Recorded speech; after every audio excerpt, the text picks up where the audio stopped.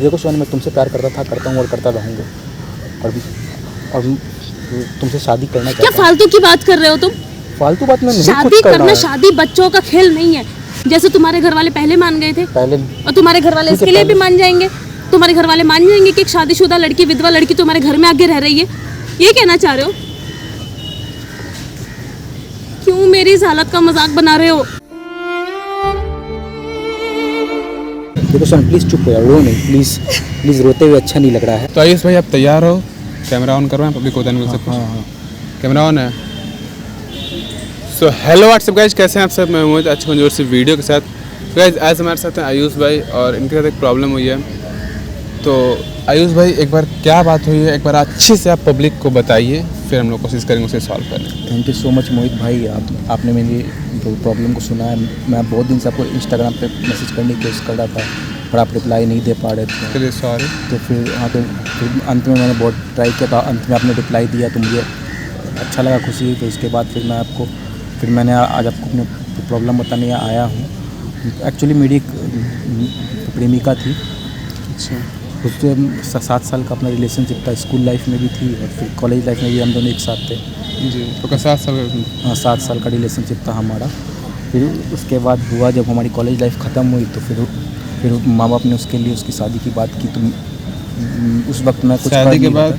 हाँ, माँ बाप ने उसके लिए उसकी शादी, उसने बताया कि माँ बाप उसकी शादी की बात कर रहे हैं। अच्छा। तो फिर उस वक्त मैं कुछ कर नहीं, मैं तैयारी में ही था, मेरी जॉब नहीं लगी थी उस वक्त। तो फिर उसके बाद फिर उसके माँ बाप इंतज़ार भी नहीं किया और उन्होंने उसकी शादी करवा दी। उनकी शादी किसी और से करवा दी? किसी और से शादी करवा दी, इंतज़ार नहीं किया उन्होंने। फिर उसके बाद फिर हुआ ये कि फिर मैं जब मुझे पता चला कि शादी हो गई है, तो फिर मैं बाहर चला गया पढ़ने।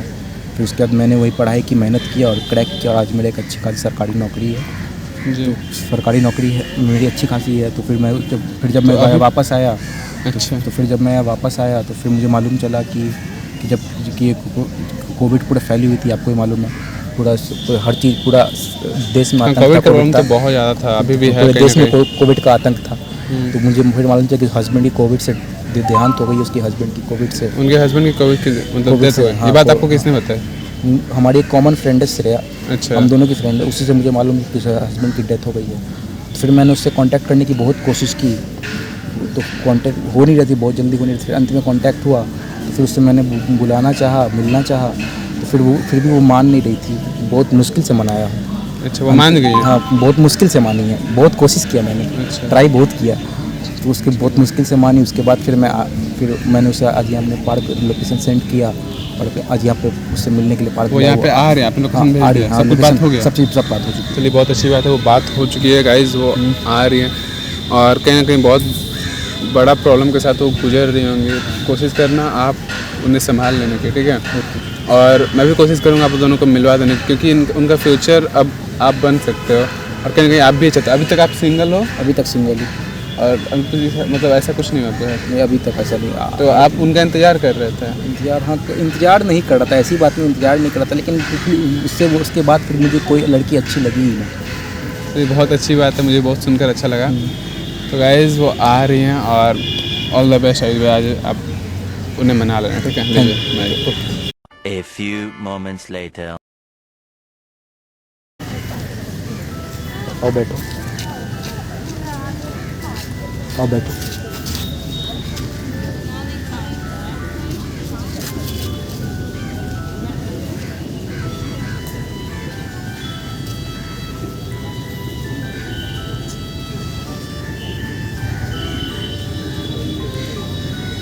यहाँ क्यों बुलाया मुझे? और बताओ कैसी है? मैं ठीक हूँ, आप ठीक हो? मुझे हमारी फ्रेंड कॉमन फ्रेंड है, उससे मालूम चला, श्रेया से मालूम चला कि तुम्हारे साथ बहुत वो बुरा हुआ है, तुम्हारे हस्बैंड की डेथ हो गई। ये सब बातें करने के लिए बुलाया है? बातें करने के लिए नहीं, जब तुम्हारे बारे में सुना तो मुझे बहुत अफसोस हुआ, दुख हुआ। तुम्हें क्यों अफसोस हुआ? मेरी किस्मत में जो था वो हो गया। मेरी शादी हुई, मेरी मर्ज़ी के खिलाफ हुई, मेरे हस्बैंड की डेथ हो गई, वो भी कौन सा मुझसे पूछ के? देखो, जो वो उसमें तुम्हारा कोई दोष नहीं था, लेकिन फिर भी और उस वक्त मैं इसलिए भी कुछ नहीं कर पाया क्योंकि तुम कुछ नहीं कर सकते थे। मेरे घर में हालात इतने ख़राब थे।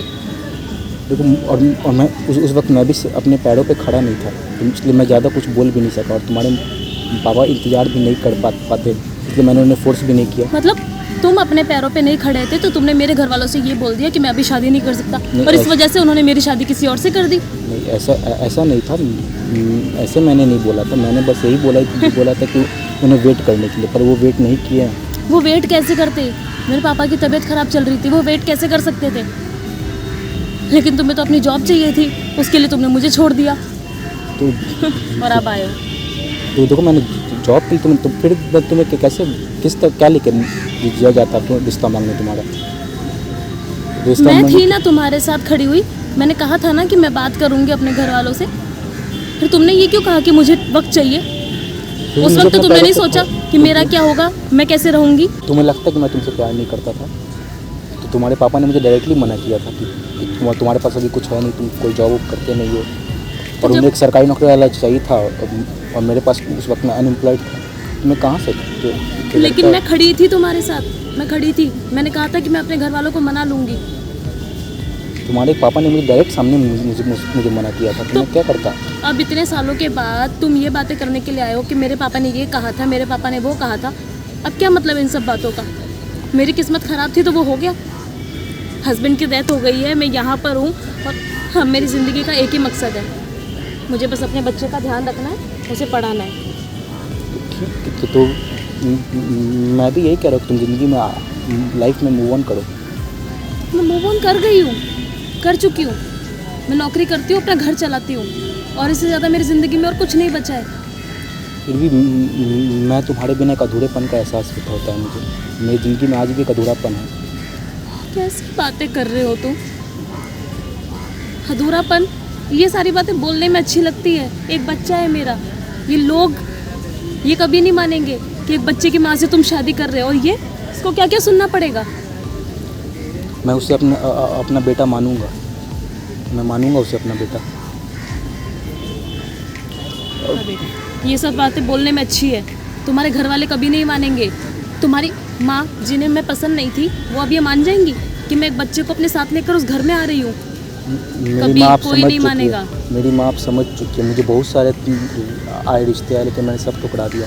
अब माँ भी मेरे लिए कोई रिश्ता नहीं देख रही है, कोई उन्हें मेरे बारे में मालूम चल गया है, और वो तुम्हें और मैं उन्हें मना लूँगा। क्यों इतने साल बाद मेरी लाइफ को और कॉम्प्लिकेटेड करने के लिए आए हो? मैं जी रही थी ना अच्छे से। मैं तुम्हारी लाइफ को कॉम्प्लिकेटेड करने नहीं आया। कर रहे हो।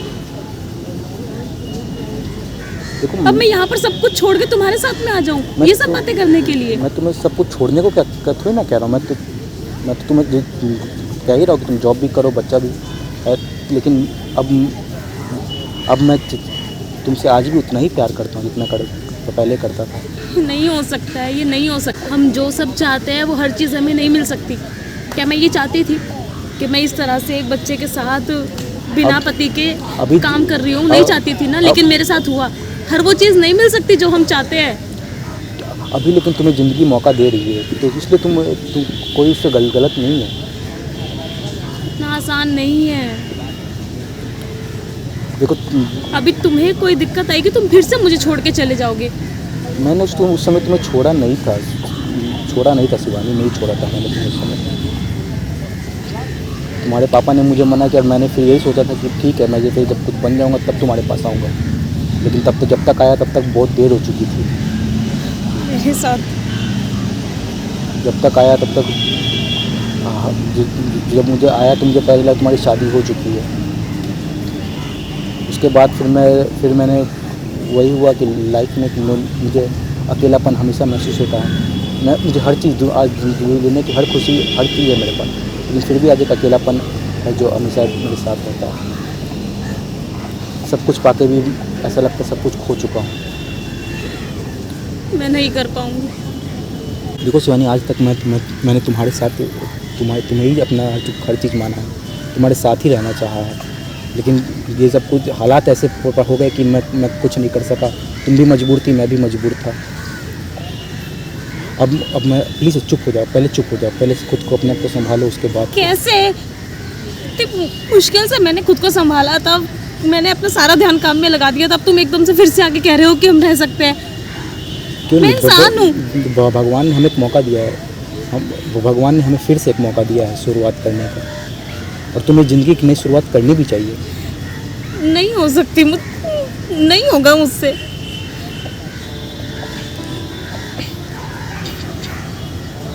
नहीं कर सकती मैं, तुम चले जाओ, मुझे अकेला छोड़ दो। फिर मैं तुम्हारे बिना कैसे नहीं रह पाऊंगा शिवानी। नहीं।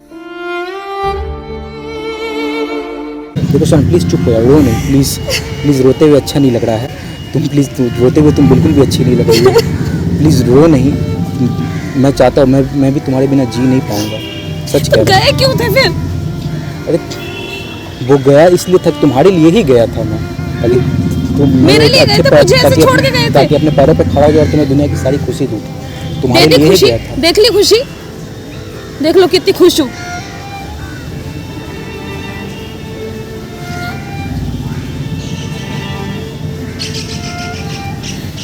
तुम चले जाओ यहाँ से, बार बार मुझे जाने मुझमें को और क्यों कह हिम्मत रही हो? नहीं है, मैं नहीं सह सकती। तुम मुझे बार बार इस तरह जाने को क्यों कह रही हो? मैं तुम्हारे साथ चलूंगी, उसके बाद क्या? उसके बाद क्या? मान जाओ हम दोनों शादी करेंगे फिर और रहने लगेंगे खुशी खुशी। ये बातें बोलना आसान है, हम लोग शादी करेंगे, तुम्हारे घर वालों का क्या? वो लोग अपना लेंगे मुझे? हाँ मेरी माँ मुझे समझ चुकी है, मैंने उन्हें समझा लिया। देखो शिवानी, मैं तुमसे प्यार करता था, करता हूँ और करता रहूँगा, और तुमसे शादी करना क्या चाहता हूँ। फालतू की बात कर रहे हो तुम? फालतू बात मैं नहीं शादी कुछ कर रहा करना, हूँ। शादी बच्चों का खेल नहीं है। शादी की हो गया और मन किया आ गए और शादी कर ली, ये बच्चों गुड्डे गुड़िया का खेल समझा हुआ है क्या? घर वाले कुछ नहीं है। तो मैं अपने घर वालों को मना लूँगा, मेरे तुमने घर वाले अच्छा। मान चुके हैं मेरे घर वाले अब। जैसे तुम्हारे घर वाले पहले मान गए थे, पहले और तुम्हारे घर वाले ठीक है, इसके लिए भी पहले- मान जाएंगे। तुम्हारे घर वाले मान जाएंगे कि एक शादीशुदा लड़की, विधवा लड़की तुम्हारे घर में आके रह रही है, ये कहना चाह रहे हो? क्यों मेरी इस हालत का मजाक बना रहे हो? मैं तुम्हारी हालत का मजाक, कोई हालत का मजाक, मैं तुम्हारी हालत सुधारना चाहता हूँ, और तुम मेरी हालत तो तुम्हें मजाक लग रहा है।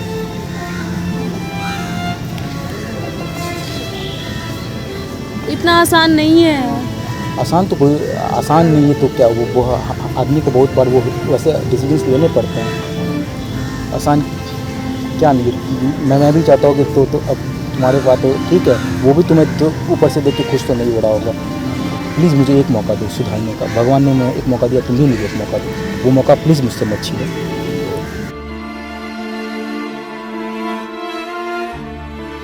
प्लीज़ शिवानी मान जाओ, please Shivani, I still love you. इधर देख, I still love you, please marry me. क्या तुम मुझसे शादी करोगी? मुझे मैरी मी। मैं सबको मना लूँगा, और वो बच्चे की वो बच्चा तुम्हारे साथ ही रहेगा, मैं उसे अपना बेटा मानूंगा। प्लीज़ मान जाओ, प्लीज़ मान जाओ।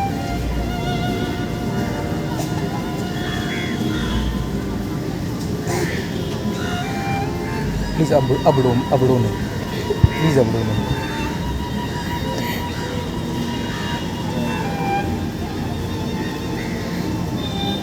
प्लीज़ शिवानी मान जाओ, मान जाओ।